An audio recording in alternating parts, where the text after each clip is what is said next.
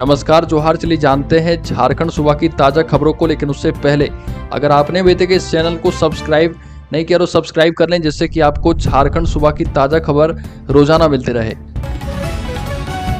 सबसे पहली खबर की बात करें तो राज्य के हजारीबाग जिले में भीषण गर्मी में प्रधानमंत्री आवास योजना के फ्लैटों में पेयजल का संकट लोगों ने दे डाली है चेतावनी। बता दें कि प्रधानमंत्री आवास योजना के तहत हजारीबाग शहर के कोलघट्टी में बनाए गए 288 फ्लैटों में रहने वालों के बीच पेयजल संकट को लेकर हाहाकार मचा हुआ है और इस प्रचंड गर्मी में लोगों के लिए बिना पानी के रहना काफी कठिन हो गया है।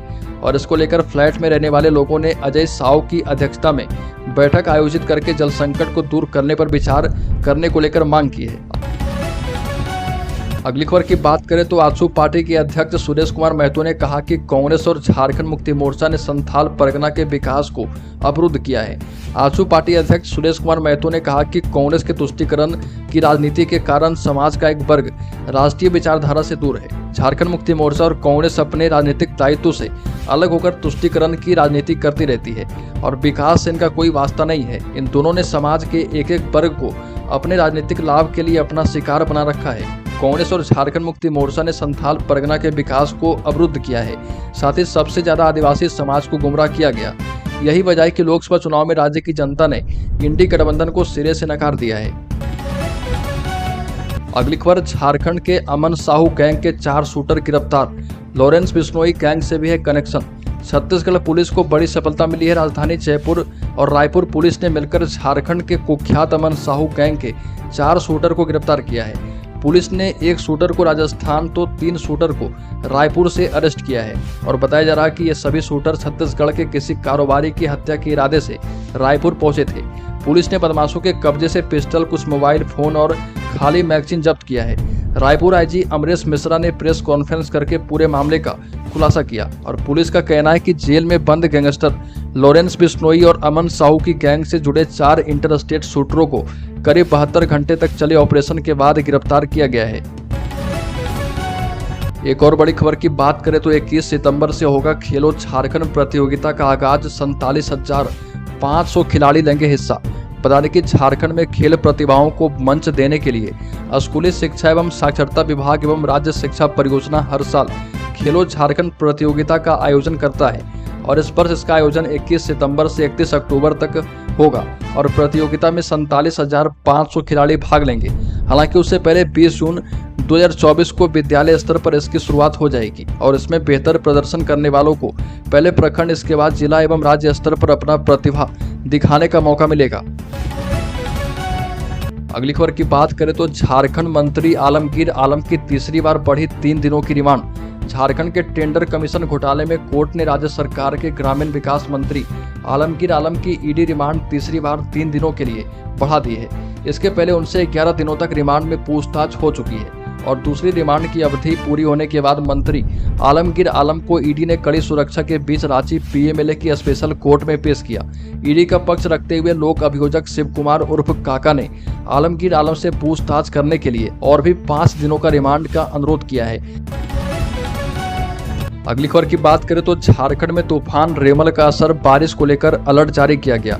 रेमल भीषण चक्रवाती तूफान में तब्दील हो गया है और आधी रात के बाद इसने बांग्लादेश एवं पश्चिम बंगाल के तटों पर दस्तक दी है।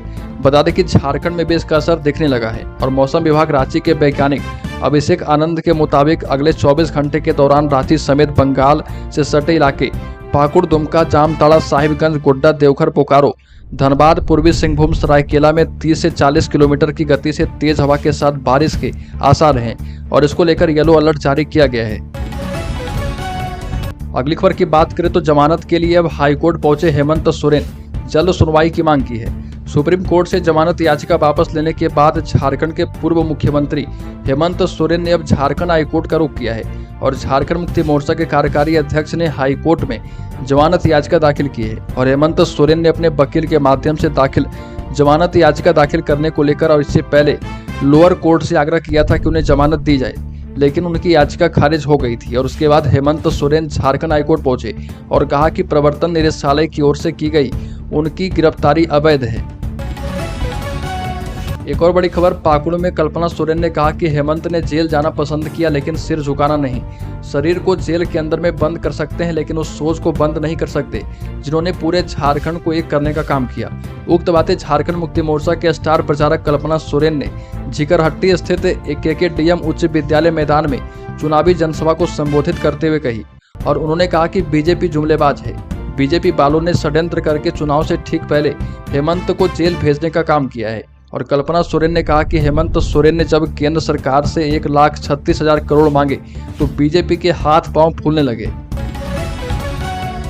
अगली खबर, 3-3 हजार में AC कोच में सीट न लेने पर कोच अटेंडेंट ने यात्रियों को दौड़ा कर पीटा। झारखंड के कोडरमा रेलवे स्टेशन पर 5 कोच अटेंडेंट ने शिप्रा एक्सप्रेस में सफर कर रहे 2 यात्री के साथ मारपीट की।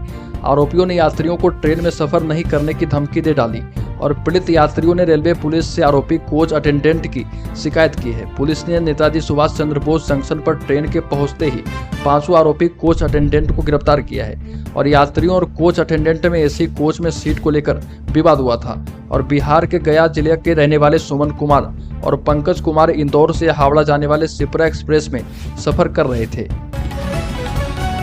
अगली खबर, प्रधानमंत्री मोदी झारखंड के दुमका में, नड्डा 29 मई को देवघर में और 30 मई को पहुंचेंगे राहुल गांधी।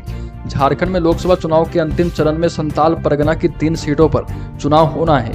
गोड्डा, दुमका और राजमहल में 1 जून को मतदान होगा और पार्टियों ने अब संताल परगना में जोर लगा दिया है। NDA और इंडी गठबंधन के बड़े नेता एवं स्टार प्रचारक संताल परगना पहुंच रहे और PM मोदी 28 मई को दुमका आ रहे। भाजपा उम्मीदवार सीता सोरेन के लिए चुनाव प्रचार करेंगे और एयरपोर्ट मैदान में विजय संकल्प रैली भी किया जाएगा। अगली खबर, धनबाद में चुनावी सरगर्मी थम गई है और ग्रेजुएशन में छात्र छात्राओं ने नामांकन के लिए आवेदन दिए और इस दिन जारी होगी पहली सूची। धनबाद में चुनावी सरगर्मी थमने के बाद 4 जून को बस रिजल्ट का इंतजार है और इस बीच धनबाद में स्कूल कॉलेजों में नामांकन जारी है।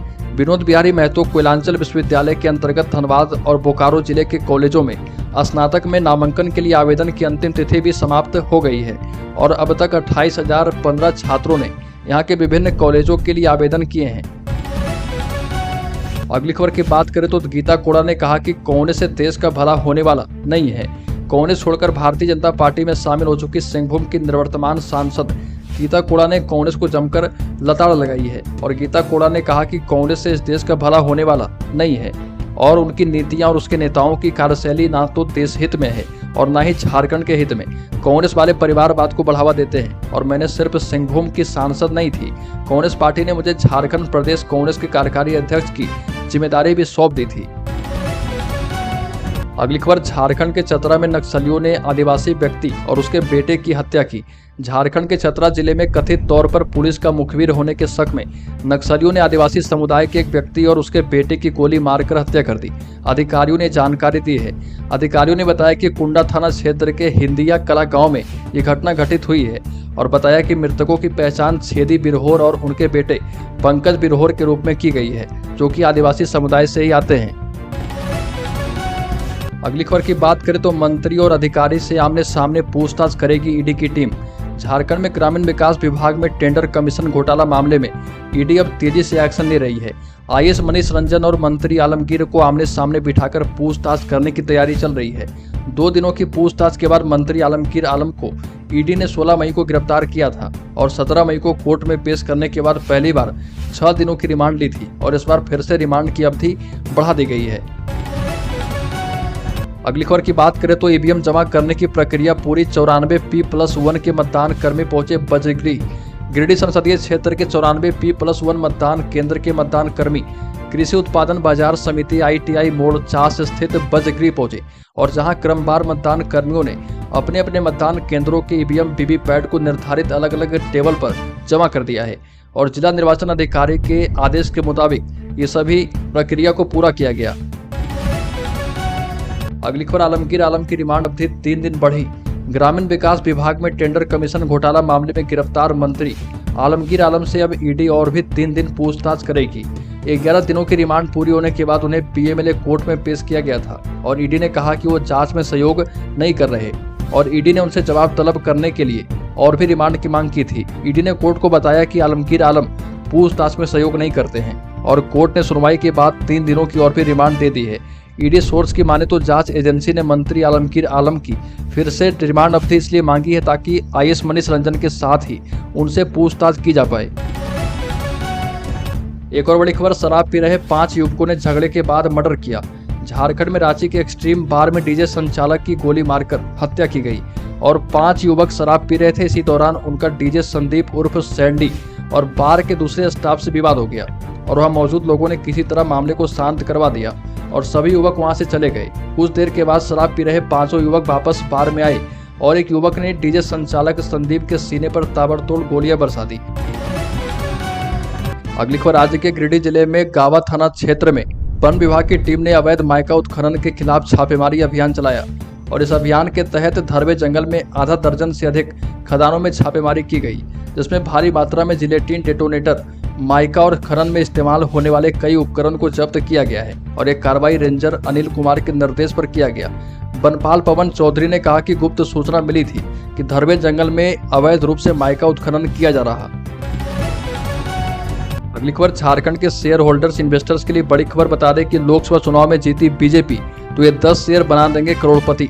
टॉप एक्सपर्ट्स ने दिए जानकारी। बता दें कि एक्सपर्ट्स ने कहा कि 10 ऐसे शेयर सुझाए हैं जो कि लोकसभा चुनाव के नतीजे बीजेपी के पक्ष में आने पर करोड़पति बना सकते हैं और इस जोड़ी ने जिन शेयरों पर दाव लगाया उसमें Adani enterprise, SBI, HAL, NTPC, Tejas network, Piramal pharma, Bharat electronics limited और responsive industries, Amara Raja batteries और केफिन टेक शामिल है।